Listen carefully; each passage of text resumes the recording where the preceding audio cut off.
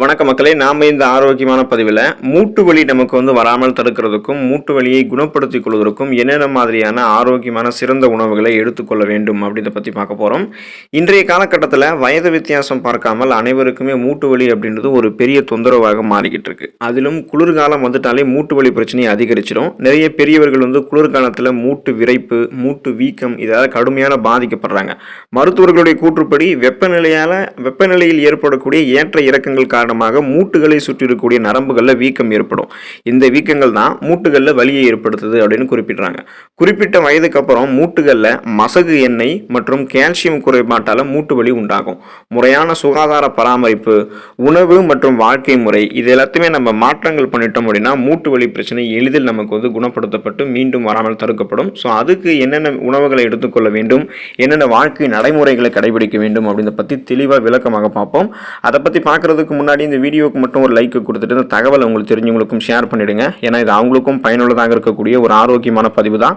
இது போன்ற அப்டேட்ஸ்கள் நீங்கள் தொடர்ந்து பார்க்கறதுக்கு நம்மளுடைய ஹெல்த் நியூஸ் தமிழ் சேனலை சப்ஸ்கிரைப் பண்ணி வச்சுக்கோங்க. பக்கத்தில் இருக்கக்கூடிய பெல் பட்டனையும் கிளிக் பண்ணி ஆல் அப்படின்ற ஆப்ஷனையும் மறக்காமல் செட் பண்ணி வச்சுக்கிட்டீங்க அப்படின்னா நான் போடக்கூடிய எல்லா அப்டேட்ஸும் உங்களுக்கு நோட்டிஃபிகேஷன் அடிக்கடி சேரும்.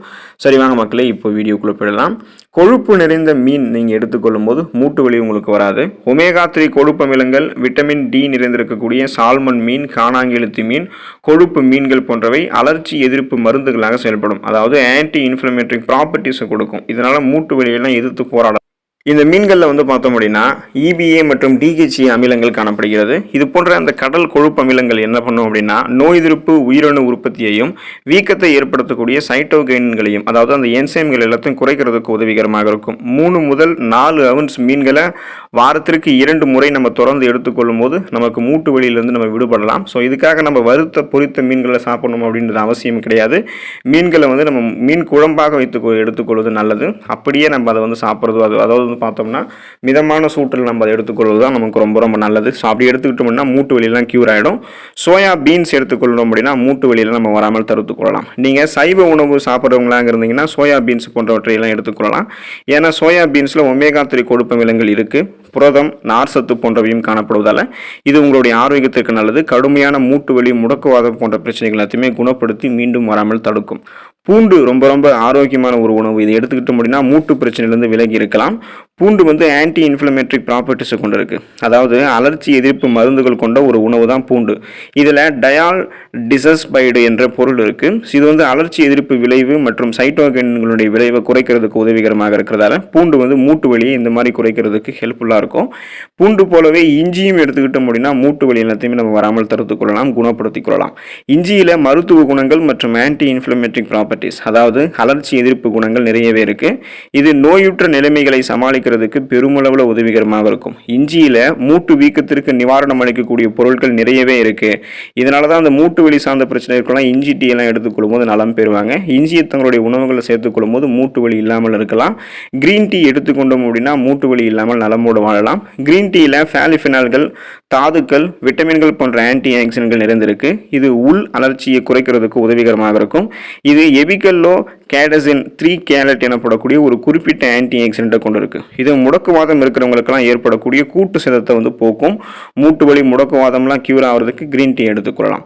நட்ஸ் மற்றும் விதைகள் நம்ம தினந்தோறும் எடுத்துக்கிட்டோம் அப்படின்னா மூட்டு வலி நமக்கு எதுவும் இல்லாமல் நலமோடு வாழலாம்.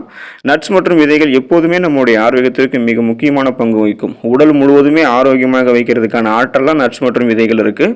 ஒமேகா 3 கொழுப்பு அமிலங்கள் நட்ஸ் மற்றும் விதைகள் இருக்கு. அது கூட சேர்த்து அத்தியாவசியமான எண்ணெய்கள் இருக்கு. அக்ரூட் பருப்புகள், பாதாம் பருப்பு, இந்த மாதிரி நட்ஸ் வகைகள் இருக்கு. ஸோ குறிப்பாக விதைகளில் ஆளி விதைகள், சியா விதைகள் அல்லது பைன் கட்டைகள் போன்றவற்றையெல்லாம் மூட்டு வீக்கம் மற்றும் இணைப்பு திசு பிரச்சனைகள் நிவாரணம் அளித்துக் கொள்வதற்கு எடுத்துக்கொள்ளலாம். நலமோடு நம்மளுடைய மூட்டுகள் இருக்கிறதுக்கு விதைகள் மற்றும் நட்ஸ் சாப்பிட வேண்டியது அவசியம். பழங்கள் மற்றும் பெரி பழங்கள் அதெல்லாம் நம்ம எடுத்துக்கிட்டோம் அப்படின்னா நமக்கு மூட்டு பலமாக இருக்கும்.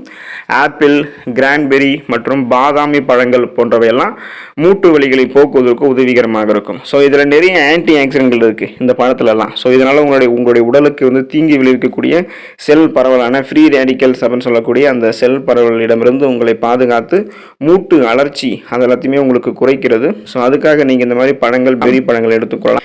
எண்ணெயில் வந்து ஆலிவ் எண்ணெய் நீங்கள் சேர்த்துக்கிட்டீங்க அப்படின்னா மூட்டு வலி உங்களுக்கு வந்து கியூர் ஆகிடும். ஆலிவ் எண்ணெயில் ஓலியோ கேந்தல் இருக்குது. இது வந்து மூட்டு வீக்கத்திலிருந்து நிவாரணம் அளிக்கிறதுக்கு உதவிகரமாக இருக்கும். சில தேக்கரண்டி ஆலிவ் எண்ணெயை சமைக்கிறதுக்கும் சேலட்டில் இந்த எண்ணெயை நீங்கள் வந்து பயன்படுத்திட்டு இருக்கலாம். முழங்கால் ஆரோக்கியத்திற்கும் வந்து நன்மை அளிக்கிறதுக்கெல்லாம் மூட்டு வலியெல்லாம் கியூர் பண்ணுறதுக்கெல்லாம் ஆலிவ் ஆயில் உதவிகரமாக இருக்கும். முழு தானியங்கள் நீங்கள் எடுத்துக்கொள்ளும் போது உங்களுடைய மூட்டு வலி பிரச்சனைகள்லாம் நீங்கி நலமோடு இருக்கலாம். முழு தானியங்களில் சக்தி வாய்ந்த அலர்ச்சி எதிர்ப்பு தன்மை இருக்குது. அதாவது ஆன்டி இன்ஃப்ளமேட்டரி ப்ராப்பர்ட்டிஸ் இருக்குது. ரத்தத்தில் சி ரியாக்டிவ் புரதத்தினுடைய அளவை குறைக்கிறதுக்கு இது உதவிகரமாக இருக்கும். இதய நோய், நீரிழிவு நோய் மற்றும் மூட்டு வலி ஆகியவற்றையெல்லாம் போக்குறதுக்கு முழு தானியங்கள் சிறந்தது. எனவே குயினோவா, பழுப்பு அரிசி, ஓட்ஸ் மற்றும் முழு கோதுமை ரொட்டி போன்ற முழு தானியங்களை உங்களுடைய மூட்டு பலமாக இருக்கிறதுக்கு நீங்கள் எடுத்துக்கலாம். அப்போ எலும்பையும் அது பலப்படுத்தும். பால் மற்றும் பால் பொருட்கள், மில்க் ப்ராடக்ட்ஸ்லாம் எடுத்துக்கிட்டோம்னா எலும்பு பலமாக இருக்கும், மூட்டு வலி நமக்கு வந்து ஏற்படாது. குறைந்த கொழுப்பு இருக்கக்கூடிய ஆரோக்கியமான பால் பொருட்களான பால், சீஸு, தயிர் இதெல்லாம் நம்ம எடுத்துக்கிட்டோம்னா கால்சியம் நமக்கு கிடைக்கும். விட்டமின் டி சத்தும் கிடைக்கும். விட்டமின் டி சத்து நமக்கு எதுக்கு வேணும்னு கேட்டிங்கன்னா விட்டமின் டி சத்து தான் கால்சியம் சத்தை உறிஞ்சி நம்மளுடைய எலும்பை பலப்படுத்தும், எலும்பு வலிமையெல்லாம் அதிகரிக்கிறதுக்கு உதவிகரமாக இருக்கும். ஸோ இதுக்கு நம்ம ஒரு டம்ளர் பால் போதும். நம்மளுடைய உடலுக்கு அது ஆரோக்கியத்தை கொடுக்கும், மூட்டு வலியெல்லாம் கியூர் பண்ணும், எலும்பை பலப்படுத்தும்.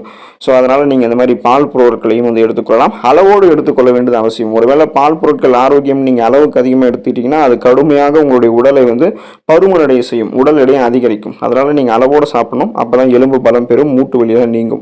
கிரீன் வெஜிடபிள்ஸ் என்று சொல்லக்கூடிய பச்சை இலை காய்கறிகள் நீங்க எடுத்துக்கொண்டீங்க அப்படின்னா மூட்டு வலியிலிருந்து நீங்க விலகி இருக்கலாம்.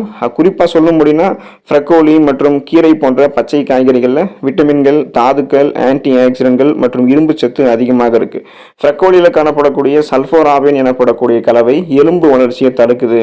பச்சை காய்கறிகள்ல கேம்ஃபெரோல் என்ற ஆன்டி ஆக்சிடென்ட் இருந்திருக்கு. இது முடக்குவாதத்துடன் தொடர்புடைய ஆன்டி இன்ஃப்ளமேட்டரி ப்ராப்பர்ட்டிஸ், அதாவது அலர்ச்சி எதிர்ப்பு பண்புகளை குறைக்கிறதுக்கு உதவிகரமாக இருக்கும்.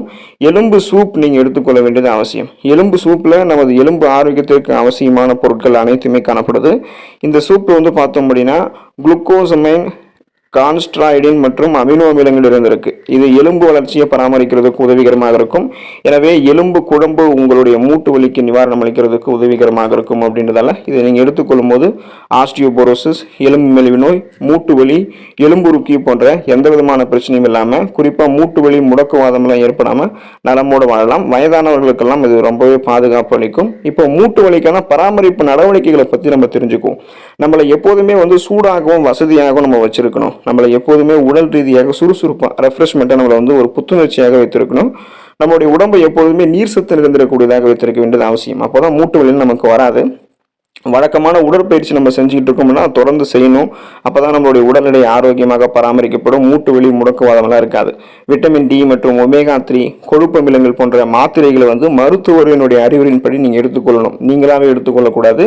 கீழ்வாதத்திற்கு சிகிச்சை முறைகள் இல்லாவிட்டாலும் ஆரோக்கியமான உணவுகளின் மூலமாக அந்த கீழ்வாதத்தை கியூர் பண்ணலாம், வீக்கத்தை எதிர்த்து போராடலாம், எலும்புகளை வலுப்படுத்துறதுக்கு, மூட்டினுடைய ஆரோக்கியத்திற்கு மேம்படுத்துறதுக்கு உதவிகரமாக இந்த உணவுப் பொருட்களை தொடர்ந்து சாப்பிடும் போது நலம் பெறலாம். அடுத்த ஆரோக்கியமான பதிவில் மறக்காம சந்திப்போம். நன்றி மக்களே.